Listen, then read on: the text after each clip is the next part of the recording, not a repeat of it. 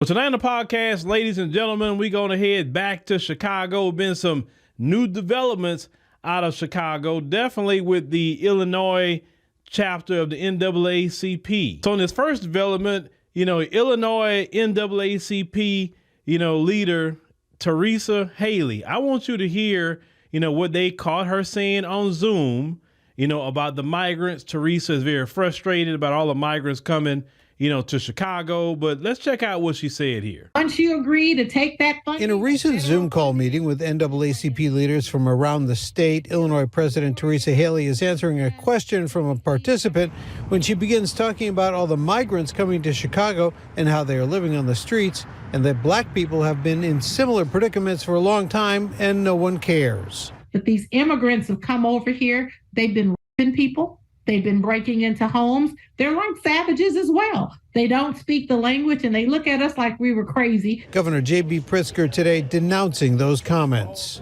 Reprehensible remarks. I would hope that she would apologize for the remarks. I also think that people should recognize that immigrants to this country are all around us. Haley, reached by phone while on vacation in Dubai, denied making the comments, but when confronted about them being on video, suggested it was a fake, saying, with AI, anything is possible. Childress also claims Haley's comments were taken out of context. These comments are not indicative of what the NAACP stands for. But again, I'm not going to speak on behalf of Teresa Haley and say she should or shouldn't resign or things like that. Now, what Teresa said with this situation, I'm not laughing at her comment about the migrants. I'm kind of laughing at what she said about AI. I say, boy, that's going to be the new thing everybody's saying. It ain't me. That's AI. That's deep fake. I don't know what you're talking about. You know how the AI mimic voices? It wasn't me on the phone. That was AI. That wasn't me in that video. That was an AI video. Oh, people going to be using it all over the place, and they're going to have to prove it's not AI, because AI can't do that sort of thing these days. Now, I'm not saying that's her case, but let me talk about that. What she said about black people being in similar conditions in Chicago and throughout America, she's 100% right. We have been in similar conditions and nobody cares. They don't care then, they don't care now.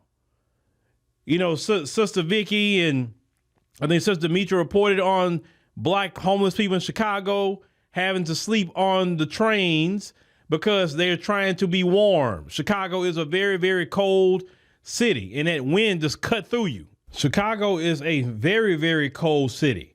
And no one should be homeless. I don't care who you are, no one, right? But let me say something to Teresa and anyone else who has a leadership position. It is not wise for us to be name calling. The reason why we should not be name calling is because it diminishes what we say. It's childish at best. And they're going to try to turn things around, especially on us, when we start doing all the name calling. This is when you're going to start getting all the xenophobic comments and trying to lay everything about, they just some right wingers, they're this, they're that. And we are addressing a legitimate concern. So we need to stay away from the name calling and just stick to what the issues are. The issues are they're coming to your city. The issues are your leaders are giving them your resources. The issue is the Democrat Party has an open border policy. So address that. Stay away from that because it's not wise.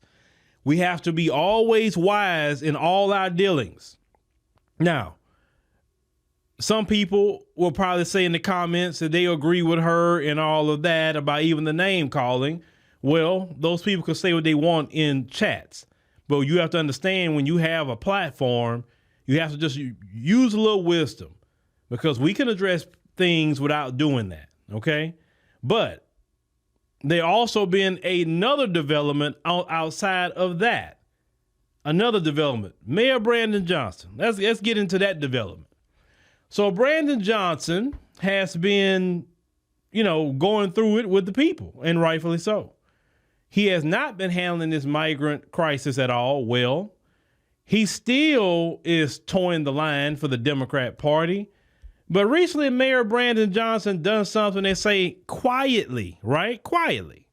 So let's get into what Brandon Johnson has been doing. So they say Mayor Brandon Johnson's administration, they say it's quietly, begun filing lawsuits over what is described as rogue buses transporting migrants. It's an escalation the mayor has coupled with an attempt to further crack down on the transportation companies.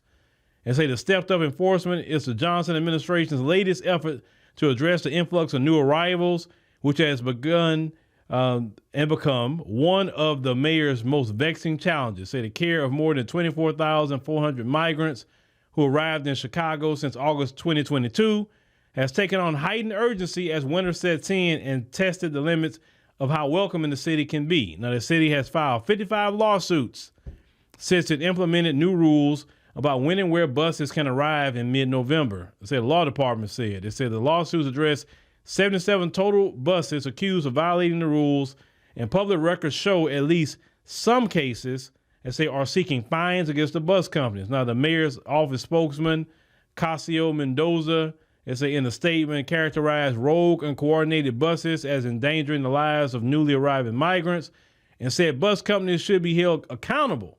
And said Chicago continues to welcome asylum seekers, but the city cannot safely and efficiently shelter migrants when bus companies contracted by the state of Texas flagrantly violate all safety measures that the city has put in place.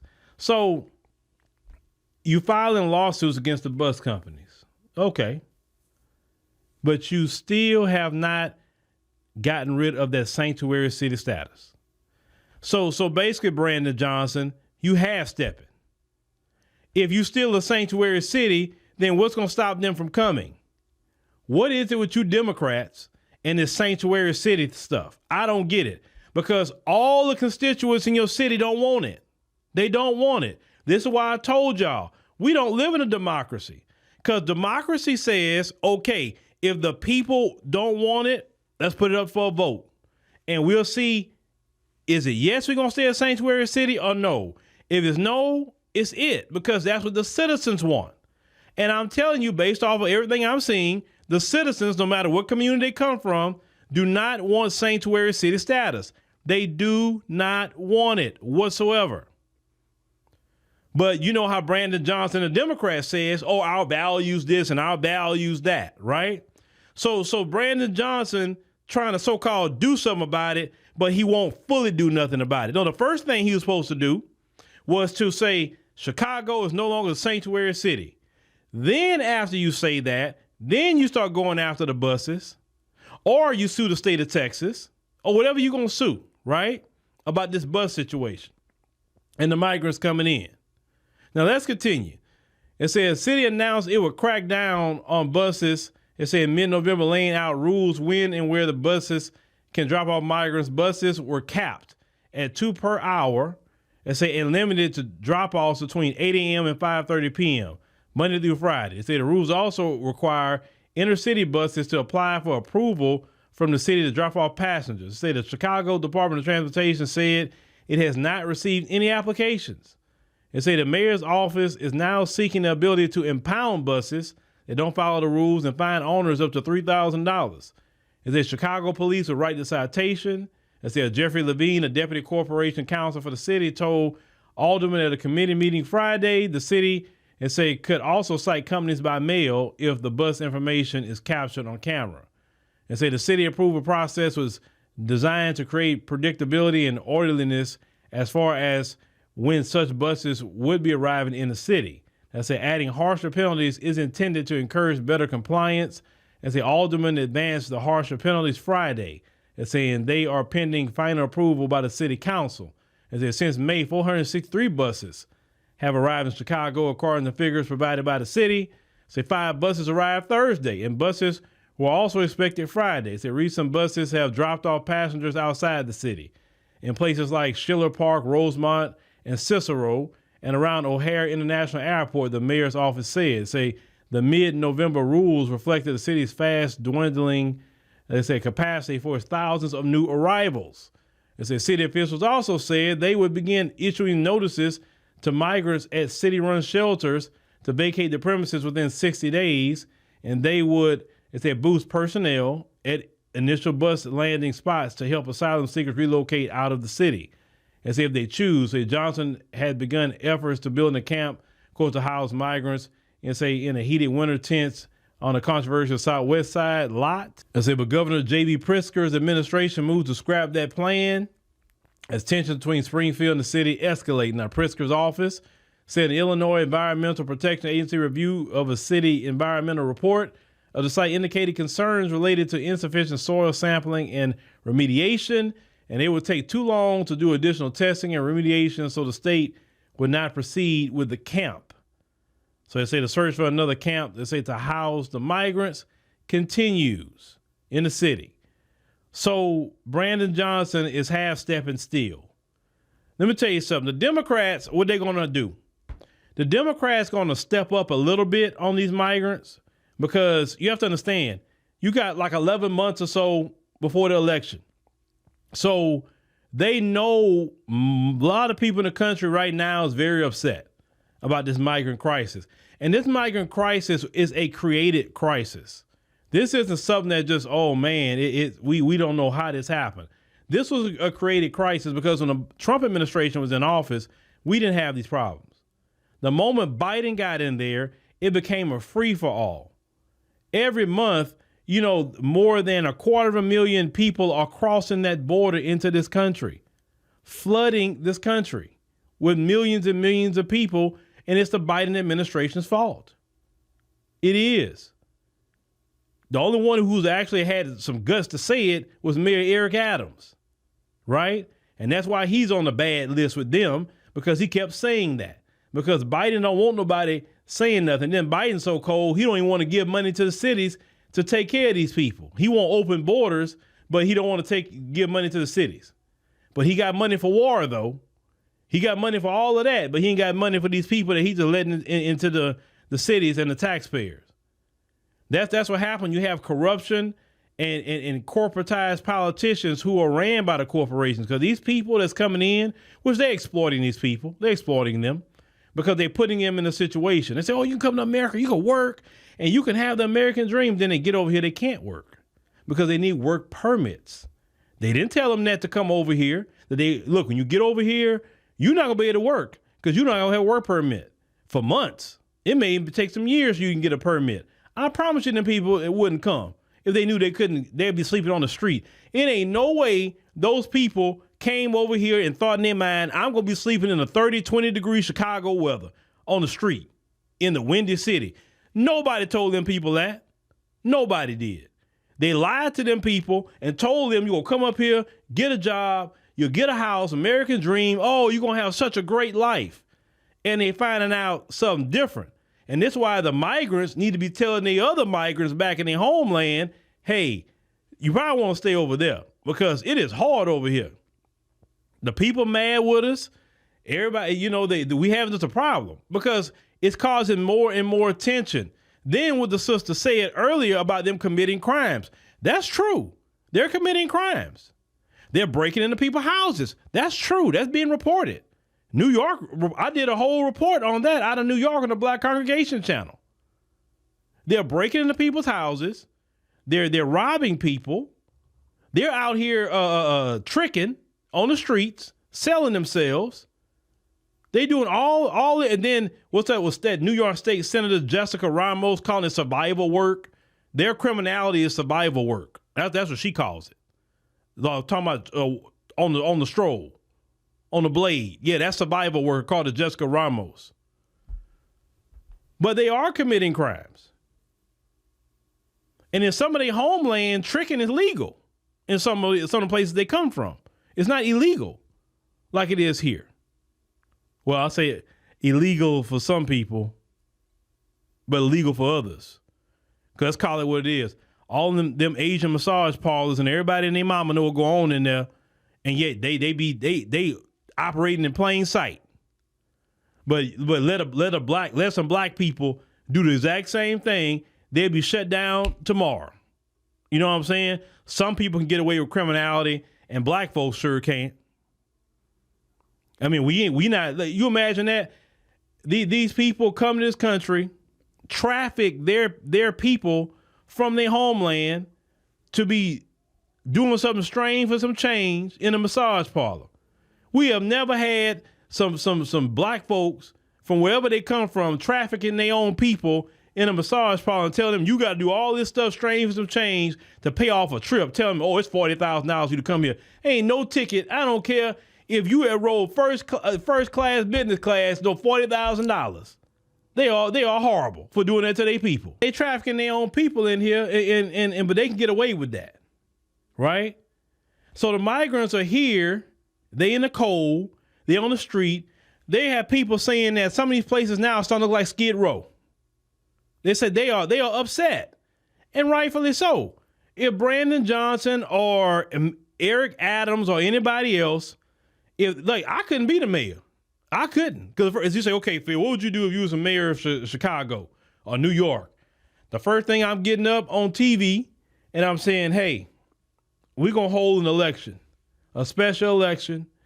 And this election is going to have one question on the ballot. That's it. Do you want the city to stay a sanctuary city status? If you vote yes, then we're going to endure this migrant crisis because that's what you want. We're going to endure. We're going to take money away from your services. We're going to do everything we can to help the migrants because that's what you want. But if you vote no and you don't want sanctuary city status, then we're cutting off all resources to them and they got to go.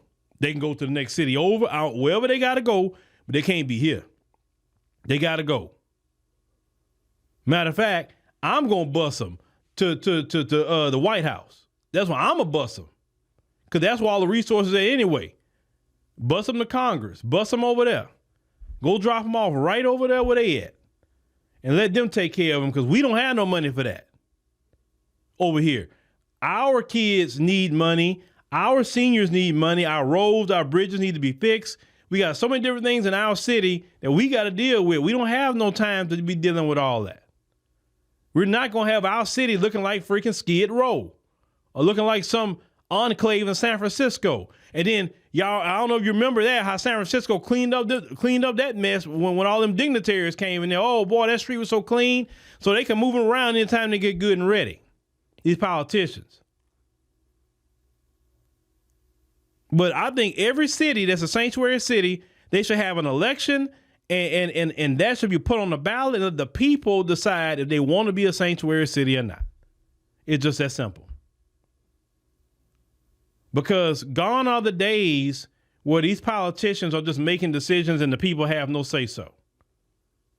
And if they think they're going to do that, then you need to vote them out and say, oh, we can't make a decision. Oh, you alderman.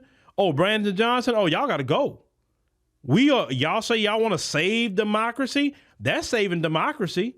Y'all talking about saving democracy when it comes to Trump. Y'all not talking about saving democracy when it comes to these Democrats that's making all these decisions for you and you have no say so. None. And they tell you we're a sanctuary city. The people saying, no, we don't want that. This is our values. We're a sanctuary city. Y'all got to stop putting up with that crap. Get rid of all those politicians that's not going to toe the line. That what the people say. They work for you. You're their boss. It's not the other way around that they're lord and master and you're the subjects. That's how they act when they get in office. Not a single dime of your tax dollars should be going to illegal foreign nationals. It should not. They should go to, hey, the Biden administration and them, they got a lot of land in America. They need to go build some migrant camps. If he want them that bad, go put them in Montana somewhere. Go put them in Wyoming. They got a lot of land up there. Go put them over there. Why they got to come to Chicago? Why they got to come to New York? Now they're trying to start sending them to Detroit. Why are you sending them to all these American cities? You trying to send them in, paper them up, and push out black people. And push black people out into the rural areas where they don't have certain amenities, etc. Or black people gonna have to commute an hour or so to go to work in the city or 2 hours to go to work in the city. This is what you want to do. And American citizens got to say, no, not on my tax dime. So, hey, if this candidate over here is going to get it going and start getting them on out, then yes, you got to vote for the candidate that's going to get them on out. And the people got to stick to that. No, all this foreign aid, no. They said, if I just saw the report, inflation went up again. In November, it went up again. So now your dollar is not what it was again, what it should be. And all this is Biden's policies, all of it, literally draining your pockets. It is ridiculous when you go to the grocery store. It is Biden's policies. Then on top of that, the little tax dollars you do have is being drained. Everything with this administration is draining everything, draining your tax dollars, draining your personal pockets, just draining it, trying to literally break the middle class, break you. No affordable housing anywhere. All these hedge funds bought up all the single family homes. So now you have a housing shortage, and these politicians allowed it. So-called Democrats supposed to be the party of regulations, and they're not forcing these hedge funds to say, hey, you got to get up off all them houses. We got American citizens that need homes. If I had to be the president, it'd be a few things I would do to solve the housing crisis, right? The first thing I would do is say, okay, I need to bring all the major builders that build homes to the White House. And I need to sit down with them. I'm going to say, look, we got a housing crisis, and we need X amount of million homes built per year. We need that. So what do we need to do to help you do that? And we prepared to give you some major tax breaks. See, I'm the type of person to say, look, if you can solve the housing crisis, well, listen, 5 years, you can be tax-free. 5 years. For 5 years, you build these houses, I'll give you 5 years tax-free. You ain't got to pay a dime of tax. Help us solve this issue that we have. Number two, I would force all those hedge funds to get up off them houses. All of them. Because you can't sit on them houses. Go invest in something else. The third thing I would do is say, okay, we got to take these interest rates back down to what they were during the Trump administration. Minimum 1%. 1% interest rates. And we got to stay there. So these people can buy these homes. Because y'all don't understand. The more people that rent is the reason why they keep raising it. If more people had single family homes, you can literally drop these rents back down to literally what it was when I was a young man. It's not that hard to solve the problems in the United States if you want to. See, Biden and the Democrats and them not trying to solve these problems. They're not trying. The migrant situation, the border's closed. We done. We closed. No, we got enough. We can't be taking, go somewhere else. Go somewhere else. Not here. You can go, you got all them Latin American countries you can go to. You can't come here. That's what I would tell them. You passing up all them countries to come up here? No. This is not a free-for-all. And if you do come here for some reason, you're not getting a dime. You're not getting no assistance, no nothing. You're not getting anything. If I do let you in here, I'll give you a work permit. So immediately give you one. If you came here the right way, I'll give you one immediately so you can go to work. Because I don't want you just around here not working. So I'll let you do that. It's not hard to solve some of these problems. It's not hard. Reparations is not even hard. Just cut back all that foreign aid and start paying reparations. It's not hard to do any of that. You're spending hundreds of billions of dollars a year already. You can keep that money in America. It's not hard to do any of this stuff. They just don't want to. They get off on creating a problem, and then you go look to them to solve the problem, and they tell you they're going to solve the problem, but they don't do nothing because if all the problems are solved, they feel like, well, there's no work for us to do at that point. So they love a problem. We as a people in the United States got to look at that. It's not hard to solve these problems. It's not, oh, it's so difficult. No, it's not. They have proven so many times it's not difficult to do anything. It's not difficult to solve crime. You can literally end crime tomorrow if you wanted to, and they know it. You talk about mass incarceration, they do that because they want to. Because if you take out all the people out of prison right now that had nonviolent offenses and say, listen, you're going to be on home confinement, like we were basically during the pandemic, home confinement. Now, if you violate the terms of your home confinement, then you're going to get sent to a jail.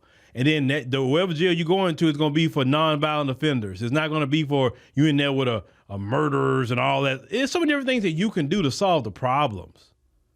It's not that hard. Go to Norway, which they one of the best countries. Their recidivism rate is so low that people go to jail over there, they don't come back.